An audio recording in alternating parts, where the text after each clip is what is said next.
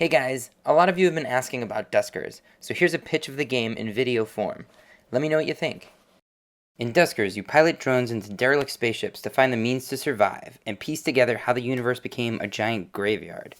In film terms, it's The Road meets the first Alien movie.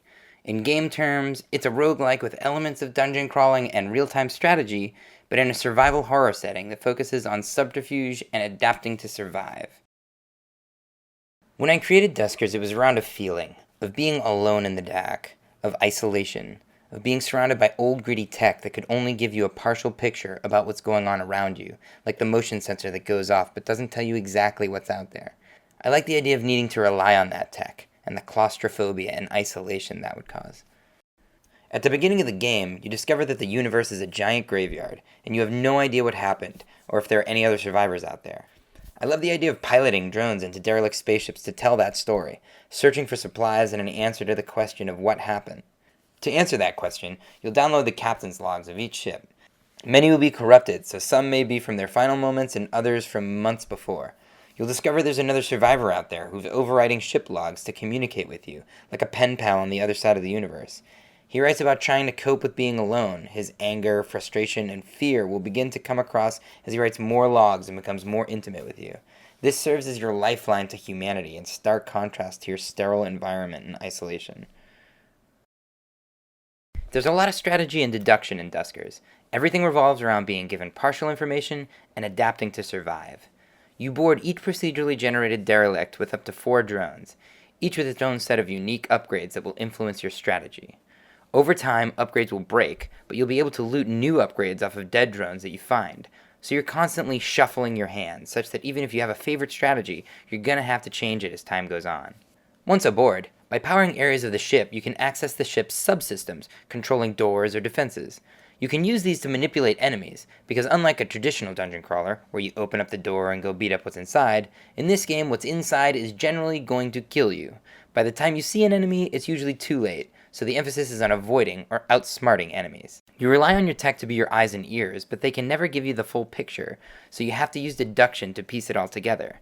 A drop sensor may tell you if an enemy's in a room, but not what kind or where it went next. But if you control the doors, and you only left one of them open, you know exactly where they went. You can even then seal them in. The game's strongest moments come when you feel that there is no solution to a problem, but then by creatively thinking about what upgrades you have and the predicament you're in, you have this MacGyver-type moment where you come up with a plan. That's a unique feeling that I feel this game creates time and time again. Let me give you an example of one of those moments that I had. As I boarded a derelict spaceship, I knew I didn't have enough rations to make it to the next ship. I was either finding rations or dying here. No retreat. Things started great. I found a destroyed drone that had a perfectly good teleporter upgrade on it, which I reappropriated to one of my drone's empty upgrade slots. That's when my drone's area sensor upgrade broke. Now I was blind and had no idea which rooms were safe to explore. Then things got worse. A swarm started chewing on the door to the room my drones were in, giving me less than a minute before they'd be chewing on my drones. My mind raced. I had a shield upgrade, but against swarms it only delayed the inevitable. It looked like game over, till I remembered the teleporter. Suddenly I had a plan.